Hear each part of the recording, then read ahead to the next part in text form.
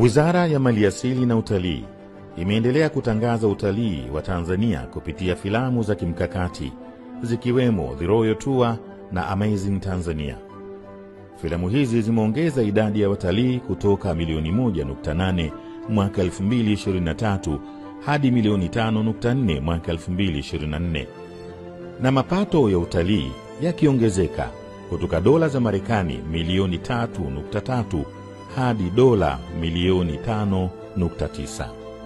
Vilevile Tanzania imetambulika zaidi kimataifa na kuweza kupata tuzo za World Travel Awards WTA pamoja na Africa's Leading Destination 2024, World's Leading Safari Destination 2024 na hifadhi ya taifa Serengeti kuendelea kuwa bora duniani kwa miaka 6 mfululizo. Mlima Kilimanjaro pia umejizolea sifa kubwa kwa kushinda African Leading Tourism Attraction 2024, huku bodi ya utalii ikishinda Africa's Leading Tourism Board. Tanzania inatarajia kuwa mwenyeji wa tuzo za World Travel Awards kwa ukanda wa Afrika na Bahari ya Hindi mwaka 2025.